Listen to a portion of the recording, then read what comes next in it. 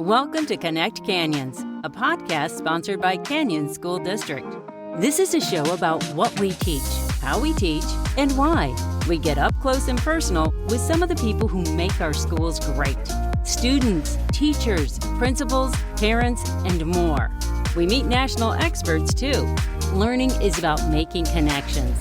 So connect with us.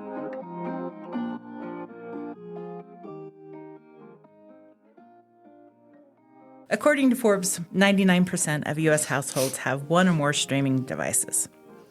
Americans spend a little over 3 hours a day streaming digital media. That amounts to more than 21 hours a week. Add that to Americans spending more than $6.5 billion on movie tickets in 2022. It's easy to understand why the film industry has such a big draw for those looking to make a career out of movie making. Welcome to Connect Canyons. I'm your host, Stephanie Christensen. Here at Canyon School District, we work to provide our students with opportunities to gain practical experiences in the fields they're interested in and ways to challenge themselves. That's why for 14 years, Canyons has held an annual film festival. I'm joined today by Katie Blunt, one of the founding members of the Canyons Film Festival, and Justin Anderson, broadcasting specialist and director of CSD TV. Thank you both for joining us. It's good to be here. Thanks for having us. So, Katie, how did the film festival come into existence? It all started with Kelly Dumont. Kelly was involved in a film festival in Jordan School District. And so when Canyons was formed and Kelly was a team lead in the ed tech department, he wanted that to be one of the things that we continued and maybe even enhanced and, as is done in Canyons, make our own. And so it started, actually year one, Kelly got it going with Wade Harmon, who was an ed tech specialist at the time. And it was small and it was cute. And they had, 10-ish entries. And they had a little award ceremony and viewing ceremony at one of the old middle schools that now has been rebuilt. And that was the beginning. And then a couple years in, we thought, maybe we could do a little more with this. I remember going to the ISTE conference, International Society for Technology and Education, and there was presentation about a film festival that they were doing in California. And I felt like, in the film industry in California, it's go big or go home. And that's what they were doing. They were really making it just a big celebration of student achievement and student creativity. And so Camille Cole was actually assigned then to be in charge of the festival. And then I believe just a year later, I was put in charge and Camille became my assistant. And then it just grew from there. That's when it really started becoming a fun event in addition to all of the, academic and creative purposes for the festival. So, Justin, you're currently in charge of the film festival. What kind of numbers are we seeing as far as, she said in the beginning it was about 10 students. Last year, how many entries did we have? So one of the cool things about the film festival, and I think it comes back to it's starting with an educational focus with our coaches who are involved with our teachers, and it's because it's been consistent over the years. Our teachers have really taken it and incorporated it into their curriculum. We have so many teachers now who reach out to me and say, okay, my class is doing this activity. We all want to submit a film to the film festival, and that's really helped us a lot. So we average around 400 different entries, and a lot of those are group entries with students, so multiple students on each entry. So we're upwards of 600-700 students involved with the film festival from kindergarten all the way up to our seniors. So it's super fun to see all of these kids kind of engaging and excited with all of that. Why is the film festival important? I think a lot of times when you look at film, it kind of seems like a frivolous. When your kids even talk about how I want to be a filmmaker or I want to be a YouTuber, because let's be honest, a lot of kids, that's their goal at this point. Why is that important to encourage that? Yeah, that's a good question. And I think it's one that we frequently have asked ourselves because you need to revisit, why are we doing this? Why are we putting as much, energy and effort into this? And, Canyons has always had a college and career focus. And I feel like the film festival supports both of those. If students really are interested in the filmmaking industry, this is an incredible opportunity for them. We tie in a lot of those, career and technical skills when it comes to production. And it's an opportunity to be introduced to possibilities of careers. And I work at UEN now, and that is one of our broadcast goals, is to introduce career opportunities in the world of broadcast and film and video and media production to students. And almost every field, almost every career, almost every job that you could go into has an element of media production in it. You might not be the media producer, but someone in your organization probably is doing that. You're probably going to be connected somehow. And there are job opportunities for students out there that we may not have even thought of before. I have a whole media team at UEN, for example, who produces video content. So that is sort of the career side. But I've always said, even if you never go into film, the skills that are learned through that filmmaking process are vital skills for any student, any person going into the community, into the workforce, because in order to create a quality production, you have to be able to do what we refer to often as the 4 C's, right? You have to be able to create, you have to be able to communicate, you have to be able to collaborate, and there's critical thinking involved every step of the way, from planning. There's research, there's writing, there's thinking through, there's storyboarding. Then there's the actual, let's get this on camera, all the way down to editing, where you have to make critical choices about, where do I cut this to deliver the message that I want? And as Justin said, a lot of these are group projects. And so they're having to do this with other people and talk to each other and come to agreements on things.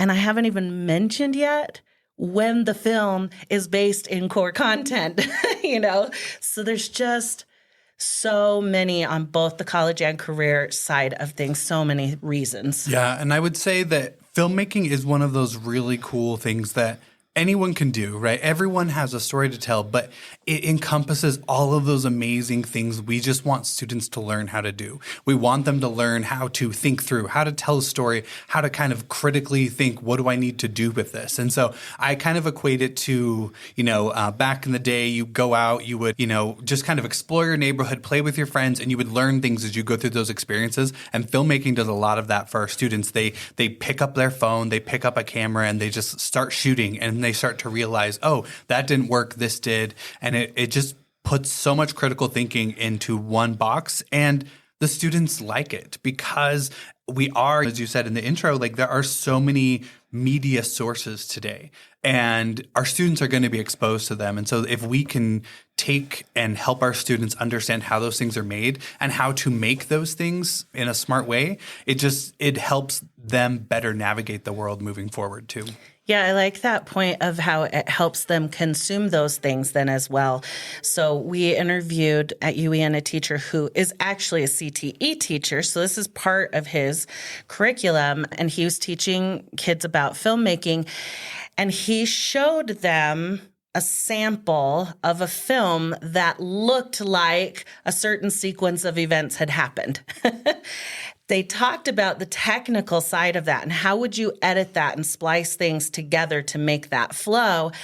And he talked about, is this real? Is this really what happened? When you consume content online through video, through other things, are you thinking about the fact that, well, that didn't actually happen or it didn't happen in that way? And so immediately there's these nice media literacy and consumer lessons that they're learning as they're exploring as well.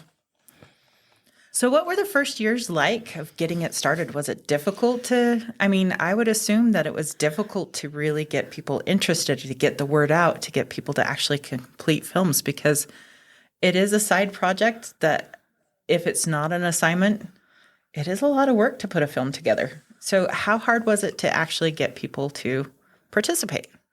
Yeah, it was a challenge. I love hearing Justin saying now teachers are like, okay, I'm teaching this concept or this event, and we're just going to plan on this being our filmmaking, unit. I'm like, yay, because at the start it was not the case. Not the case. I don't have the skills to do this. I don't have the time to do this. This is extra. It's not part of my curriculum. And I'm not saying that in like negative towards teachers. That's absolutely the case. If you don't know how to build it into the teaching process, if you don't know how to utilize it as an assessment tool. And so, yeah, it was tough. I would say that it was pretty grassroots at first. I knew, because I was an ed tech in the schools, of certain teachers who liked to do this type of thing. And so I milked them for latched everything onto I could. them, and you're my best friend, and you are going to make films, and I'm going to help you.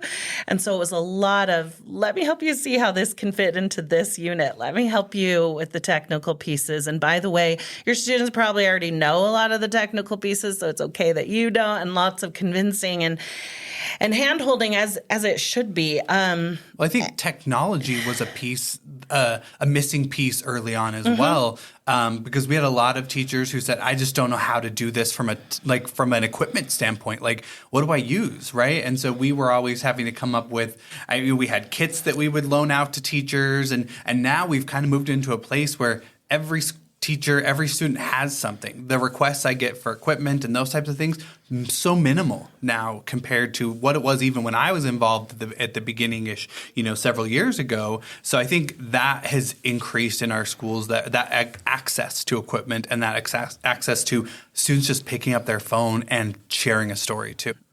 But I think that was why it was even more important that we add the fun element, that we add the showbiz Hollywood element, because if the students got excited about, this opportunity, then the teachers got excited that the kids were excited, and if a school could be put in the spotlight because they did something amazing, that helped. If we could get on the news, which, Jeff Haney and the communications department has always been really good at that, all of these things could help people start to see, oh, this is a thing. And, oh, they just got, a big light shown on their school. What could we do? So that, I think that's partly why that element, besides the fact that it's just fun and learning should be fun, but that helped to spread the word and encourage people.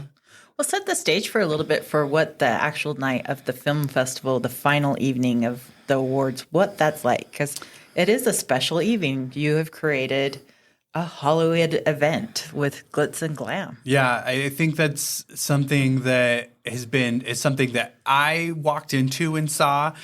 Katie had kind of created this huge night with the red carpet and kind of all the movie pieces and the fun and exciting, and making it a night out for the family, making it something fun to celebrate the student who's involved in the film festival. And so we've continued that, with the very suits and sparkly dresses, our tuxedos, red carpet event, getting their photo taken, having, these fun props and things to kind of enjoy and bring it to life a little bit. And I think students and families have really kind of come to enjoy that, having that moment in the spotlight for some students who don't necessarily get in the spotlight all the time as well, right? So we have students who may not get involved in other activities, but film festival is one of those things that they get involved with, and so it's a fun night to have to kind of still celebrate them.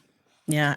And I would have to give kudos to Canyon's, administration and communications, because when we approach them with this vision of let's make this something big, let's make the night literally a red carpet night.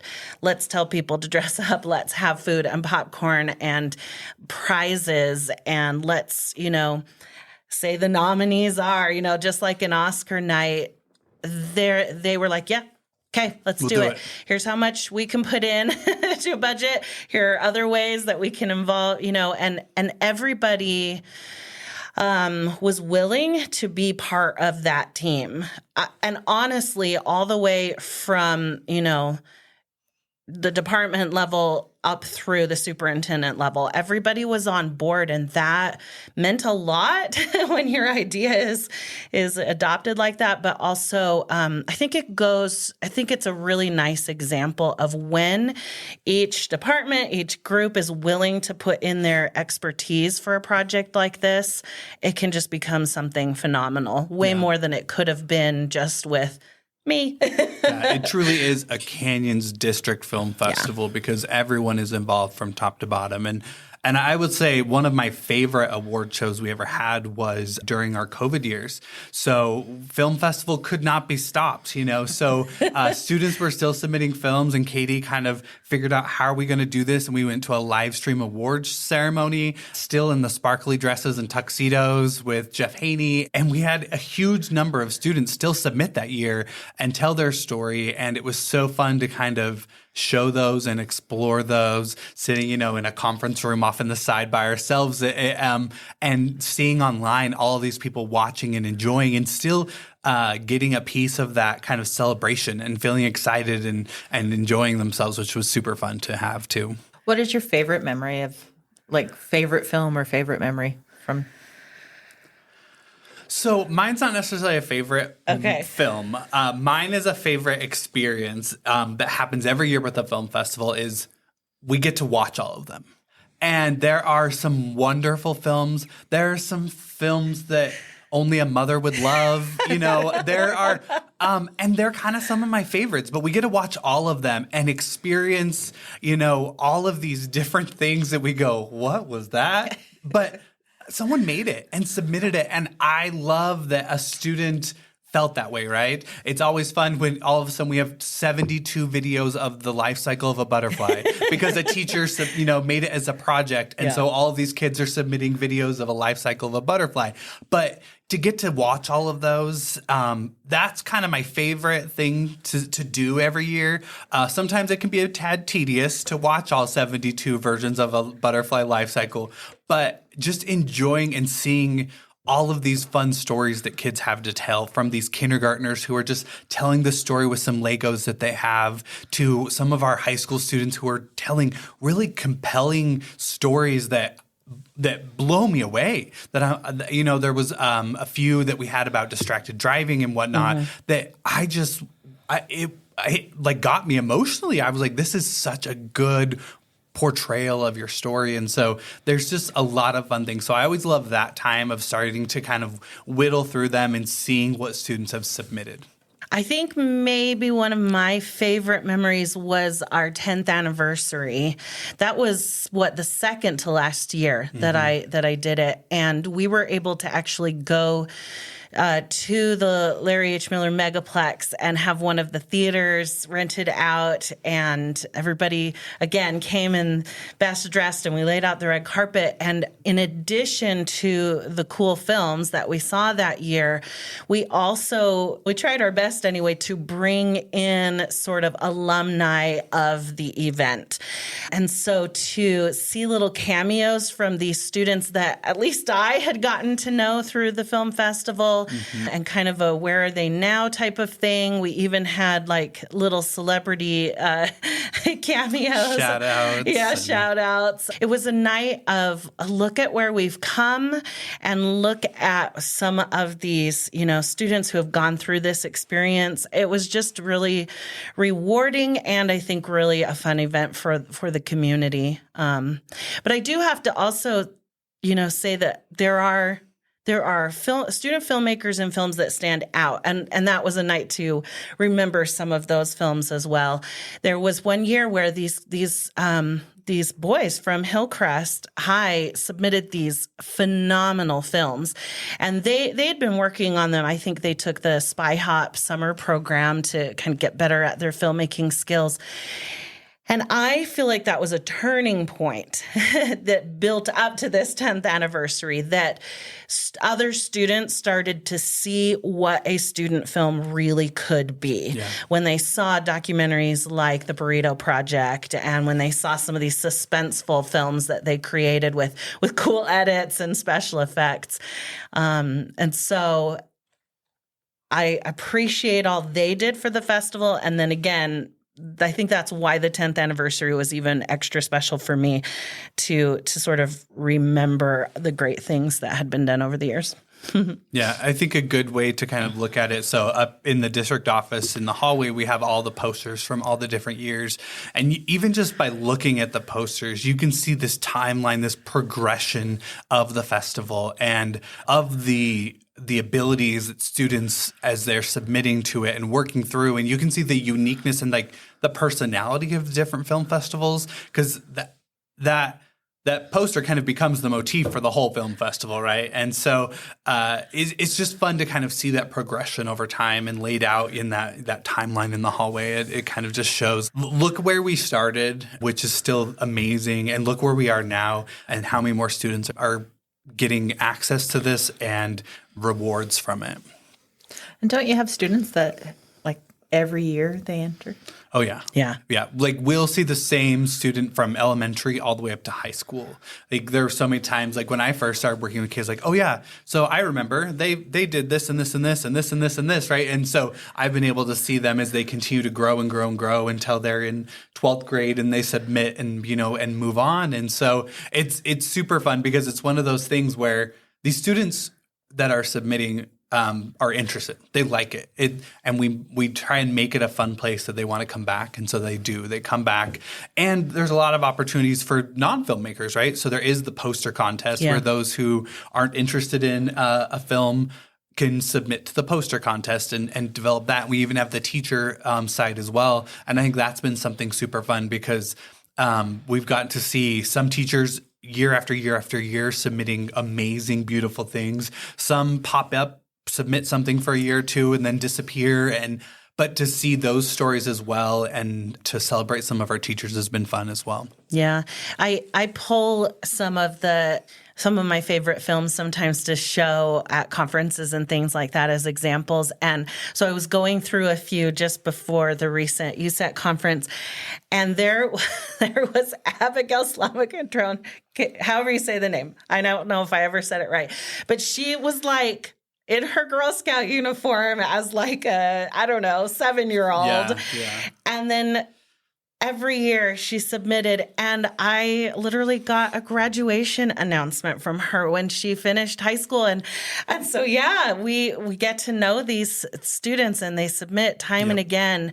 I have one of my favorite stories too, like a success story, if you will, is Taylor was a girl who I worked with at Sprucewood Elementary, and she was on our podcast crew and she helped do the little weekly newscast that Sprucewood did, and she was the editor, and she just took to it, and she ran the editing side of that show. So later, speaking of things that were challenging in the film festival, there were a few years that we did advertisements. There were some awesome things about that and some really challenging things about coordinating with local business owners to get students in to get footage.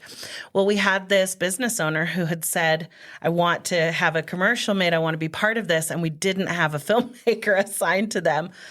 So I called Taylor, who was now in middle school, and she was like, sure. And she came over and we did this whole, commercial.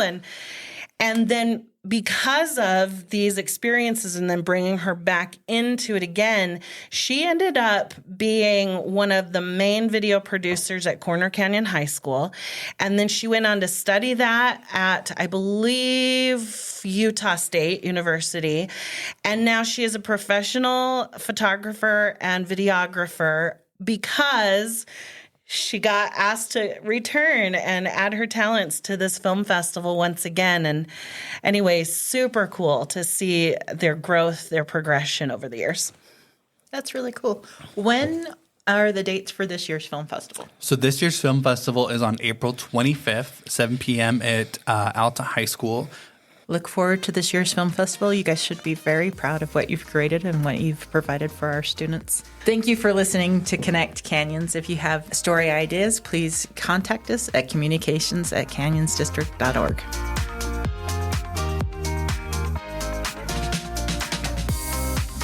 Thanks for listening to this episode of Connect Canyons.